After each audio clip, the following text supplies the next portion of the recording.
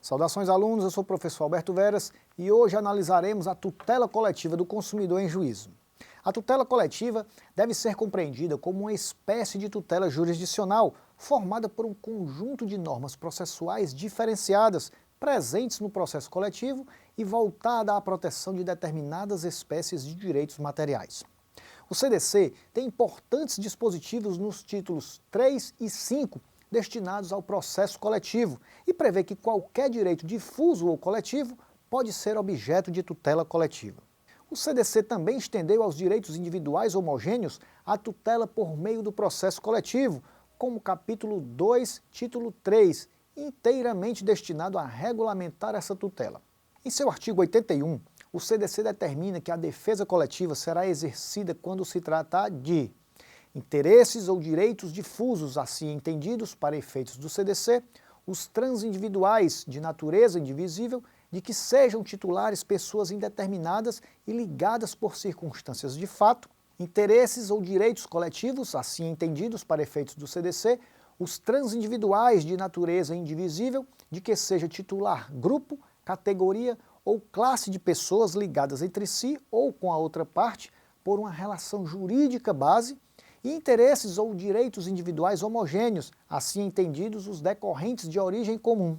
Para a defesa dos direitos e interesses protegidos pelo CDC, são admissíveis todas as espécies de ações capazes de propiciar sua adequada e efetiva tutela. E quem pode interpor tais ações, professor?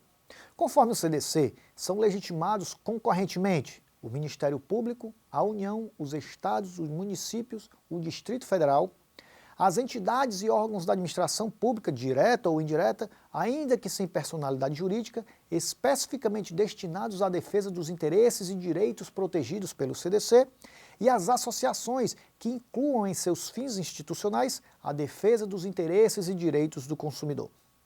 Os legitimados citados poderão propor em nome próprio, no interesse das vítimas ou dos seus sucessores, a ação civil coletiva de responsabilidade pelos danos individualmente sofridos. Ressalvada a competência da Justiça Federal, é competente para a causa a Justiça Local, no foro do lugar onde ocorreu ou deva ocorrer o dano, quando de âmbito local, no foro da capital do Estado ou no Distrito Federal, para os danos de âmbito nacional ou regional, aplicando-se as regras do Código de Processo Civil aos casos de competência concorrente.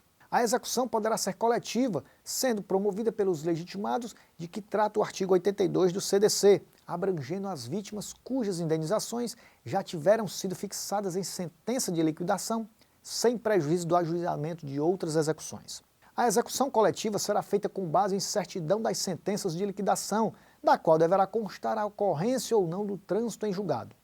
É competente para a execução o juízo da liquidação da sentença ou da ação condenatória no caso de execução individual e da ação condenatória quando coletiva a execução. O artigo 103 trata do regramento da coisa julgada nas ações coletivas. Quando se tratar de direitos difusos, a sentença procedente fará coisa julgada erga omnes, ou seja, abrangerá não só as partes do processo, mas também toda a coletividade.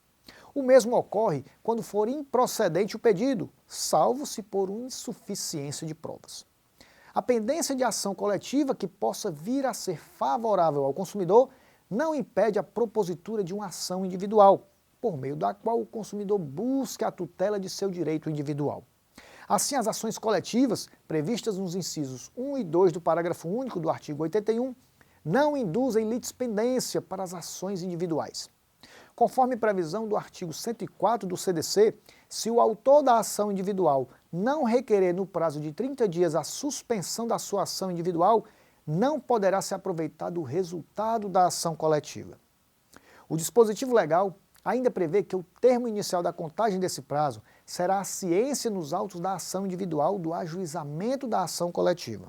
Por fim, o artigo 87 do CDC prevê que nas ações coletivas não haverá adiantamento de custas, emolumentos, honorários periciais e quaisquer outras despesas, nem condenação da associação autora, salvo comprovada má-fé em honorários de advogados, custas e despesas processuais. Em caso de litigância de má-fé, a associação autora e os diretores responsáveis pela propositura da ação serão solidariamente condenados em honorários advocatícios e ao décuplo das custas, sem prejuízo da responsabilidade por perdas e danos. E assim encerramos aqui a nossa aula de hoje. Em sua área do aluno você encontra material didático relacionado a este tema. Não deixe então de estudá-lo. Sempre busque o conhecimento, é algo que agrega muito à nossa vida, tanto pessoal quanto no profissional. Mantenha o foco em seus estudos e até o nosso próximo encontro.